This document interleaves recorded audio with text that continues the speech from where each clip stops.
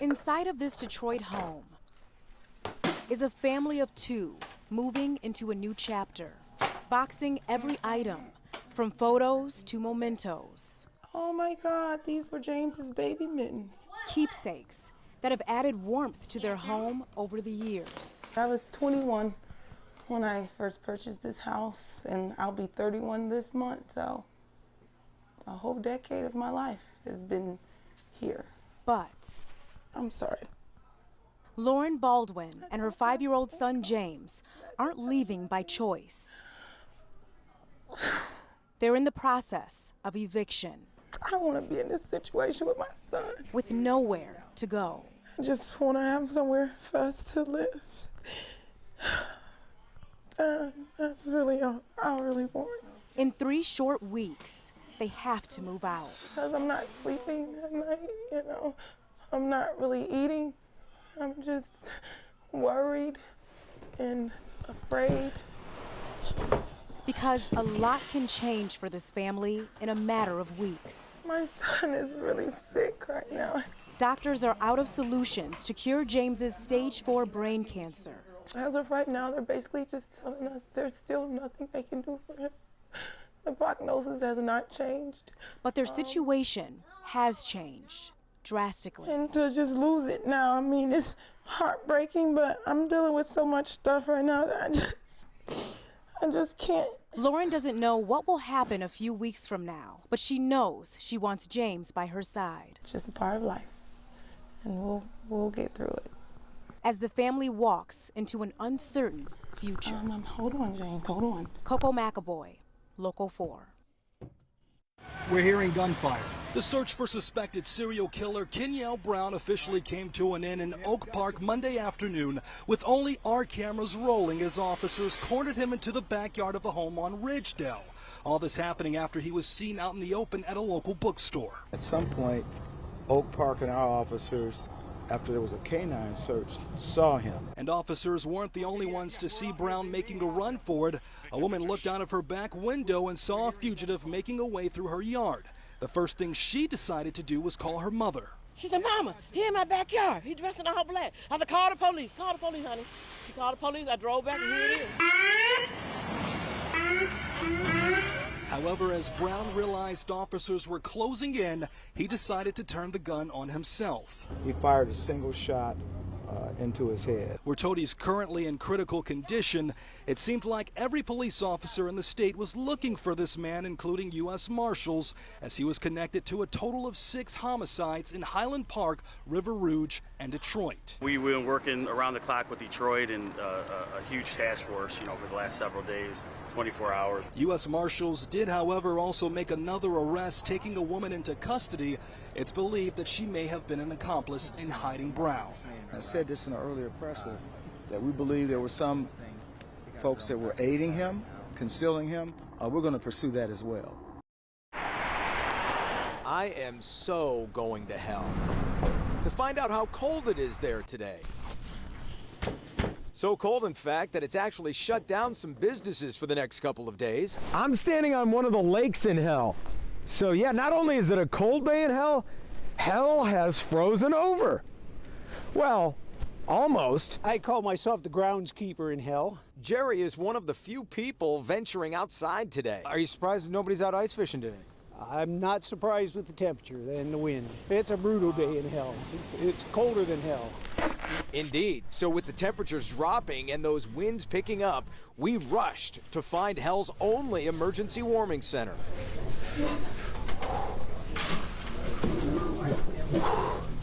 You guys have any coffee or hot chocolate? I got something for you.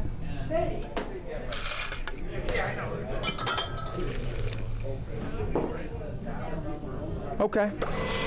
Hell's Warming Center is proving to be a valuable community service in this weather crisis. We, in the last week, have seen an influx of people due to bad weather. People showing up on snowmobiles. And the regular visitors have heard all those sayings about hell, and they love them all. Must be the Lions are in the Super Bowl because hell's froze over. Our Wi-Fi password is go to hell, so when people ask what's your Wi-Fi, go to hell. You hear new ones every day. Yeah, until a kid asks you, and then you're like, G-O-T-O. Never say when hell freezes over. Why not? Because hell has froze over. We love it down here. You know, we feel like we got our own little slice of hell. Stay warm, guys. That we did. In fact, we went to hell and back. My name is Ray, and I'm a power lifter.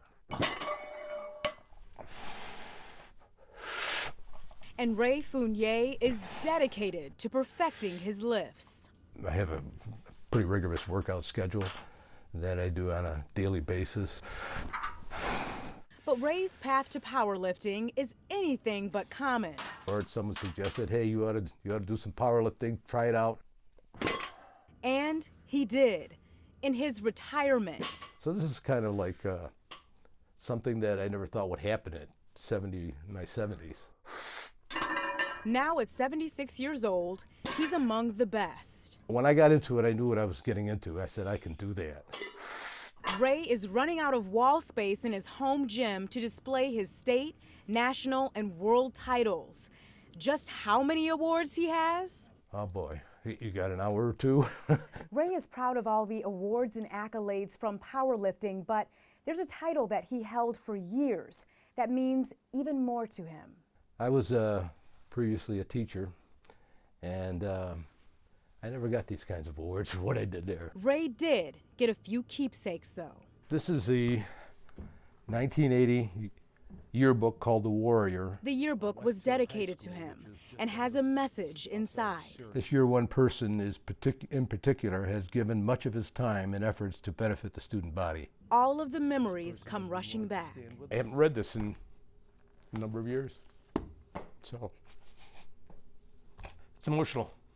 And even better than a plaque. It's great to see that people appreciated what I did when I was working back then. Just as much, if not more, than what he does now as a powerlifter. I'm at my best right now. And Ray isn't stopping anytime soon. I'm Coco McAvoy, Local 4. Oh, no doubt about it, Devin. I mean, let's think about it. Twitter was only a year old the last time we had a strike like this, so it didn't show up on that radar, but it did last night. The President of the United States himself said, here we go again with General Motors and the United Auto Workers. Get together and make a deal. That's one thing. But then GM's PR chief, Tony Cervone, responded to the tweet saying he couldn't agree more. There is some support for that lottery kind of system on City Council. City Council, by the way, does have a chance to override the mayor's veto with 5 votes, and there's a decent shot that could happen. However, the council members who were against this early selection process will probably be on the mayor's side with this, but they'll have a chance to do that on October 22nd, the next council meeting. In Warren tonight, Jason Colthorpe, Local 4. I was just going to ask you guys if you guys were having fun. Yes, because this is incredible. Having fun what the watching photographers you. have done. You know what? Just being able to take you inside this event the way these photographers have is incredible. David Freiberger has a program, Roadkill Nights, and you say there's nothing like this anywhere else in the country. Not that I know of this kind of scale. You know, we come to the Motor City, this is where all the gearheads are, and they just come on out for Roadkill Nights. We got drag racing on Woodward, and of course the Dodge Thrill Rides going on. And you know, the thrill rides are incredible because it really gives families an opportunity, because not everybody can race. They've got 140 racers. They're actually going to be racing. There's like a $30,000 purse. So this is for real. That's for the drag racing out on Woodward, correct? Yeah, but you do have an opportunity to experience it with these kinds of rides. So what we're going to do right now is I'm going to get in the car, and this is Andy, and we're going to go drifting. So we've got a high angle camera. Hold on, I'm not buckled in yet. We've got a high angle camera. We've got a camera mounted on the dash as well as on the outside. Okay, so show me what drifting is. I understand we're going to experience some G-force, right? Yeah, a little bit of G-force. We're just going to hammer down. We're going to be sliding this thing around. And we're going to have some fun. Let's do it. So I want you to just kind of brace up. I'm good. Getting tight. Yeah, I'm good. Hang on. Let's go. Let's have some fun. You ready? I'm ready. Let's have some fun. Here we go. Try to scare me. See how that works for you. All right, so when you actually drift, we're really feeling G-force, right? You don't feel a ton of G-force because we're actually sliding. Oh, so we're it's sliding. not really gripping like on the road course. You probably felt more there. Okay. You know, so. All right, we're ready to go.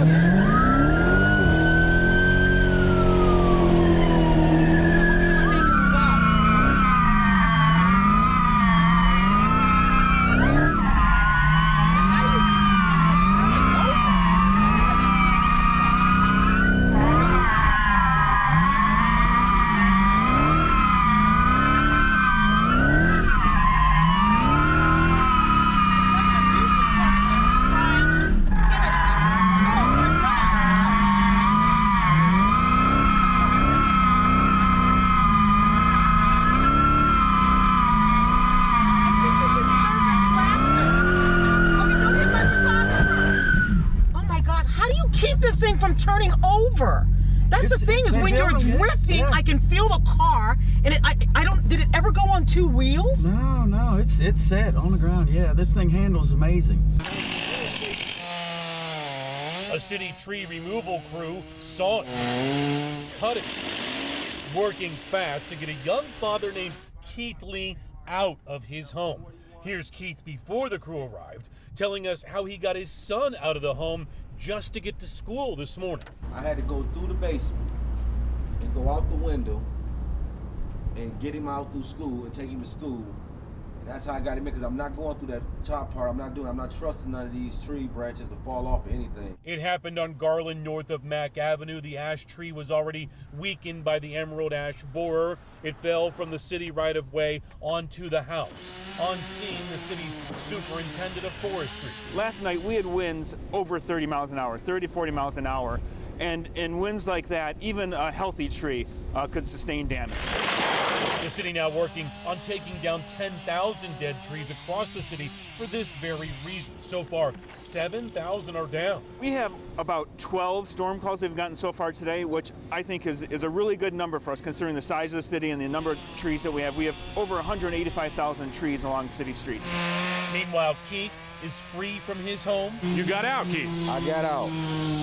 So they jumped on the problem pretty quickly. They jumped on it once you got here. If a tree from the city right-of-way hits your home just like this, make a report with the city legal department. So I want you to take a look, because what's happening right now is they're literally counting down to the big finish, and there is still a lot to be done.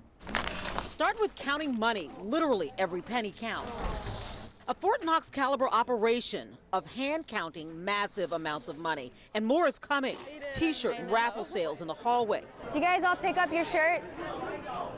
You want to buy one? $5? And that looming deadline. It doesn't matter how much you raise, because it's all going to charity. Students at Troy Athens High School in Troy do this every year. They put on a charity week of numerous events to raise money. Or Saturday with ice skating. Sunday we went to jazzercise and yoga, which was kind of more for like parents and adults and stuff like that to get them involved. Penny wars that we're collecting right now. We basically just do everything we can. They pick a charity. Pick up your shirt. This year, the charity is Focus Detroit. They're a Detroit-based charity, and they provide supplies and basic needs to elementary school children in the Detroit public schools. They help kids that are in poverty, and these kids are like 20 miles away from us. And so when we heard his presentation, it really just hit me that like we're really privileged, and like we have the means to like help these kids that should deserve the opportunities that we have here. And so they have been working their fingers, bodies, parents, contacts to the bone to raise money. The formula so successful, they believe they are the largest Charity Week high school fundraisers in the world, raising tens of thousands of dollars in just 1 week, every single year. But then the last 2 years, something big happened. They topped themselves. More than $100,000 raised in a week. And by 11:30 this morning, they were on target for a three-peat. Right now, I'm speculating between 110 and 120 right now. But it's not just about the money. It's about the heart and the soul of these students working together, and it changes them. Everyone deserves an equal opportunity, no matter what they're doing. So if you're able to help others, I feel like that's something you should do. This afternoon, the big reveal. Students want to know exactly how much they've raised, and when the tally is revealed, it's pandemonium.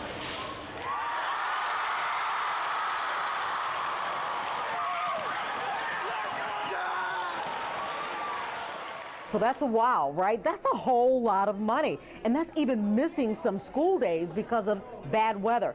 But guess what? It's not over yet, because they're going to actually keep the tally open for another week. So you can actually help them go even above and beyond. We're going to put a link on our social media platform so you can easily find them. Paula Tutman, Local 4. I think this is the last thing I heard of rap. Until today, I had no idea Santa has a workshop in Clinton Township. Elves like Tammy Jenkins working to make Christmas happen. Well, I enjoy the happy faces on the kids. But of the hundreds and hundreds of toys here, none of them are for kids that just made the nice list. These are for the kids even more deserving. I have a 11-year-old boy with chronic kidney disease, a 16-year-old girl I got that has had 49 surgeries on her larynx. That's Lori Mack, or Mac Claus as they call her.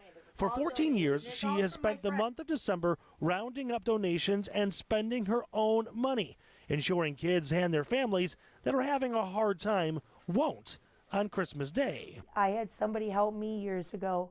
They showed up with groceries and toys for my house. So for 3 weeks, she turns her home into a warehouse, which every year seems to get larger. I would say a good 10 grand.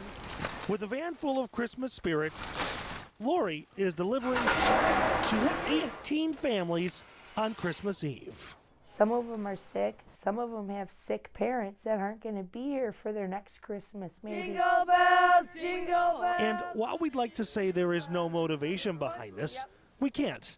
In fact, it dates back precisely 14 years ago. If she was here, she would be doing this. Lori's daughter, Tricia, was 16 years old when she was killed in a texting and driving crash. All of this is a way to honor her. Keeps her alive. As long as you talk about somebody, they're here. Their memory never goes away. A memory, Lori says, that for the most part remembers Tricia's big smile. Maybe that's why she does this, to make sure the kids that are here smile just as big as her daughter once did. She's the whole reason that I started helping people, period, because she inspired me. In Clinton Township, Nick Monticelli, Local 4.